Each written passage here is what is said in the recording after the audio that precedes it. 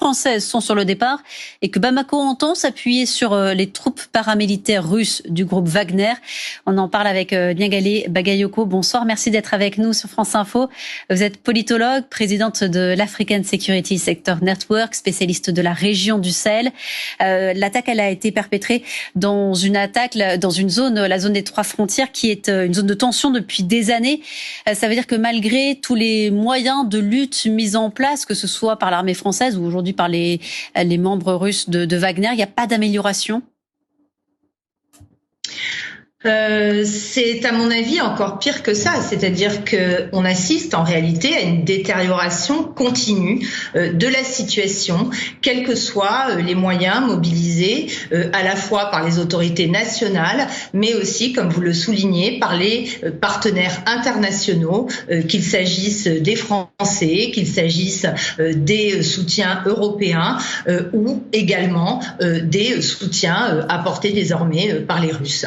Si la situation se détériore, ça veut dire que la réponse sécuritaire qui a été apportée, elle n'est pas adaptée. Il faudrait quoi comme réponse? C'est une évidence, et malheureusement, on s'aperçoit que c'est toujours cette réponse qui est privilégiée par l'ensemble des acteurs sahéliens et des acteurs internationaux. Il est évident qu'on ne peut pas éviter de recourir à l'instrument militaire pour combattre le type d'ennemi actuellement à l'œuvre, mais la réponse militaire doit s'inscrire dans une vision politique de la sortie de crise. Et c'est très certainement ce qui a manqué à l'ensemble des approches qui ont été mises en œuvre. Aujourd'hui, on s'aperçoit que un certain nombre d'acteurs, notamment au Niger, au Burkina Faso et dans une moindre mesure au Mali, envisagent d'appuyer cette approche sécuritaire par une approche fondée sur le dialogue et sur des pourparlers avec certains groupes djihadistes notamment.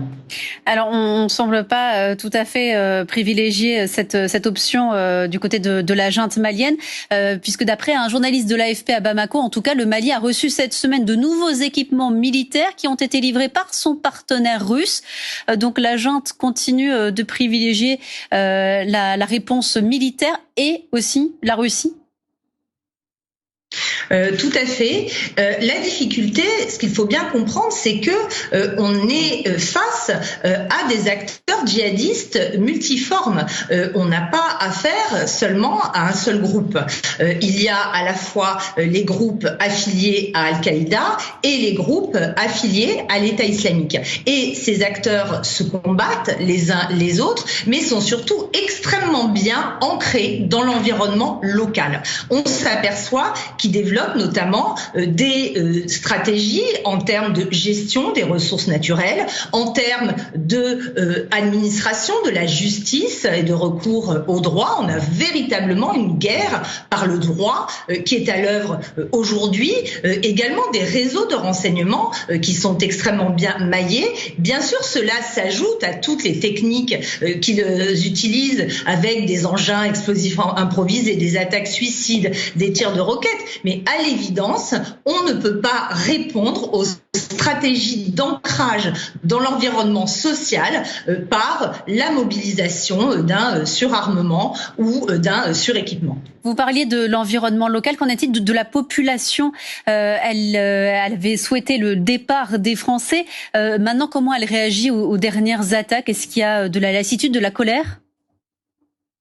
Alors, ce qui est compliqué, c'est qu'il est difficile de considérer la population, là encore, comme un acteur monolithique.